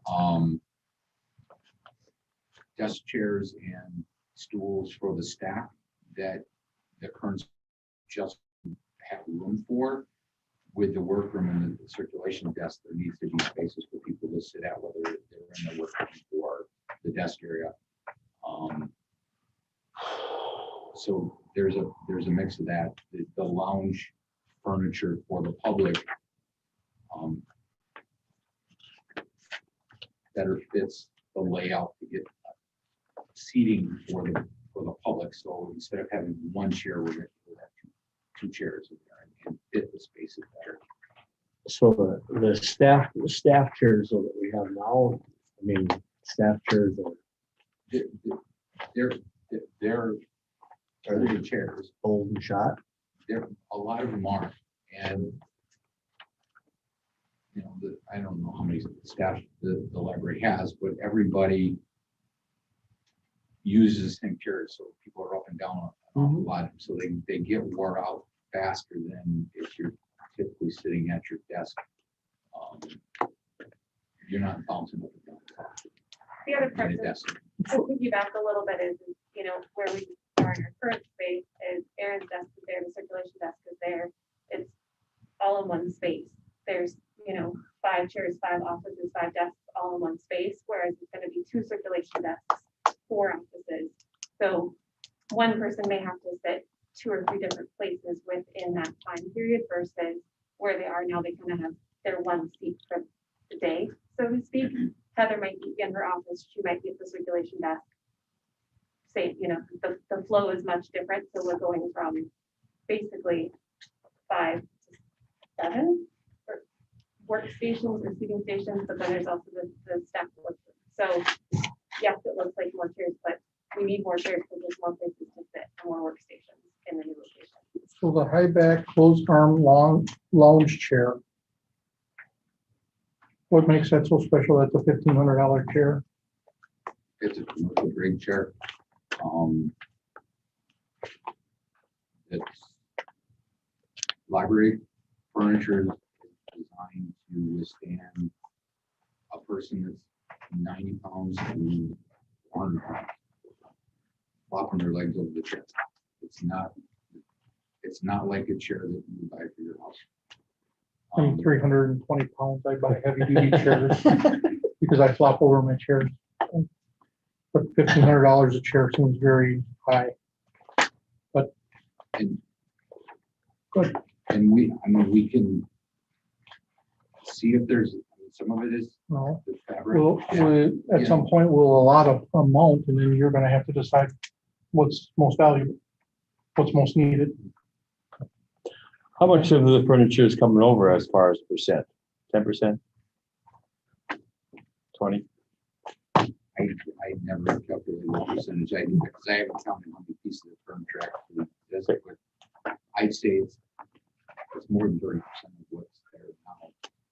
And I think we're trying to use as much of what seems reasonable to use in terms of the space that it's going into. you can't put a 48-inch round table into a meeting room that is only 10 feet wide.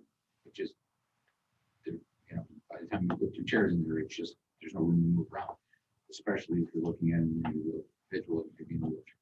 Well, there's already space restraints in the meeting rooms that are there right now. The one meeting room, we try to have 4 or 5 of us sitting around when we're having meetings with you, and it's just the table that's there. It just doesn't work in the room that's there right now. I have no idea how that compares to what the meeting rooms are. And just so you know, John, has been numerous days with the staff where we've literally gone room by room, space by space, looked at every single thing we have. And just so you know, as librarians, one of the things we do is we try to reuse and repurpose and be true. We're not just going out and saying, oh, we need everything new. We really very intentionally went through the library and actually did the best that we could to figure out what we could reuse and what would come with us. We didn't just go hog wild and go out and say, oh, we need all this new stuff. We were very intentional about looking at the stuff that we had and trying to make it fit into our new space. Did you take advantage of anything from the Burmer building? Not much, because again, that furniture was very large and very heavy and very, just wouldn't necessarily work for our spaces, especially the desks. Our offices are small and they're just it's not gonna work. For example, the adult services office that would be Aaron's office is actually right now is basically a gallery. It's a long, narrow spot. So the desks that were at the bank would not even, you couldn't get the door. Basically, they're repurposing that kitchen that was in their meeting room side. Turning it What about like the chairs and stuff? 'Cause we got these chairs from them, they're in good condition. They're going with us. So when we looked at what was left, it was not, they might have lasted for a little bit, but they weren't going to be long-term solutions. I